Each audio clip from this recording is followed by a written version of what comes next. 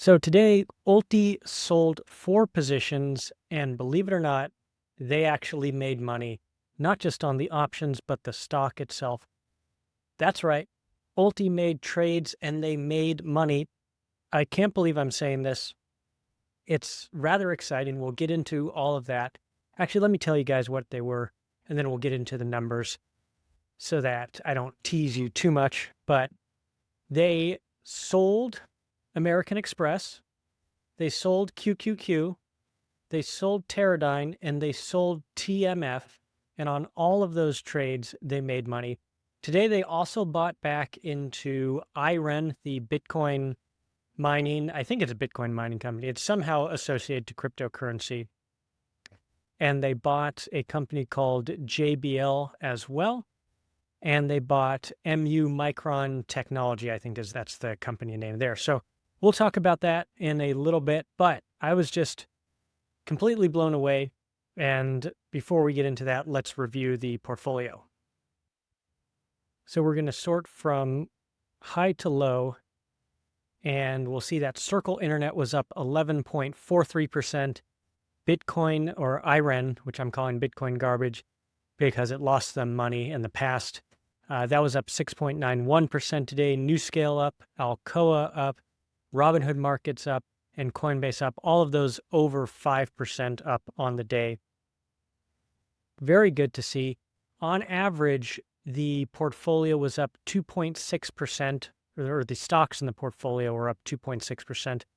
ULTY itself was up 1.27%, so that is good. Again, I like to think of this as dividing it by 10, so really it's $3.98 because that's the price it was before the split. So if you had, 100 shares, it went down to 10, or if you had 10 shares, it went down to 1. Now, yeah, it is good to see all these names up. There are currently 25 names in the portfolio. I do think they're benefiting a little bit from having slightly more names. In the past, it was around, 19, 20, 21, but now they've added all the way up to 25. So more positions, but also less cash. So that's probably helping them as well. Now, just checking midweek, on average, stocks are up 2.14% this week since the start of the week on Monday. Let's take a look at the big winners from the week. Circle looks like it's all of its week's gains were today, so 11.36%. Started the week at $77 a share, and on Wednesday it's 86. Robinhood up 8% on the week. Bitcoin up 7%. Palantir up 6.72. And you don't see too many actually in the negative on the week. Quanta, gold slightly down, IBM slightly down. The worst performer is Eli Lilly and Company, down 3.8%. But considering some of the bad weeks we've had over the last month or 2 months, just down 3.8% is not too bad when you think about some of the other stocks that would have been down, 14% on the week, or 14% in one day when it comes to like the quantum computing stocks. So the portfolio, I have to say, is looking a lot healthier. And next Wednesday, we should be getting a very important announcement from ULTY. I think they're just going to clarify what those changes to the stock selection process are, but there may be something else buried in there, and they'll release a new prospectus. At least that's what I heard on the Spaces call. 68% of the portfolio was up today. That is good stuff. So let's get into what they bought and sold. So we're going to talk about what they sold. And there were 4 positions: American Express, QQQ, Teradyne, and the Direxion 20-year Treasury Bull ETF. The biggest winner in dollar terms was Teradyne. Looks like they made about $3.6 million on that.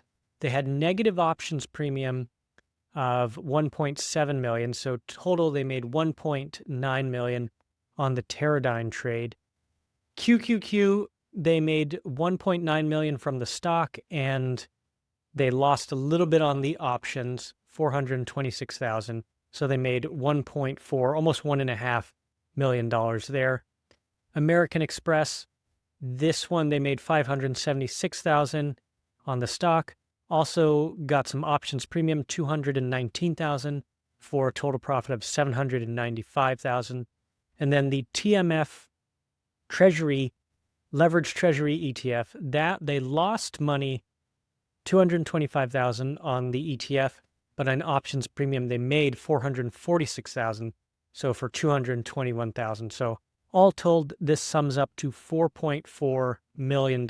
And so not a huge amount, but you got to take the good news when you can get it. And I'm happy to see that they made money on 4 trades that they sold. They didn't actually hold on to these for that long.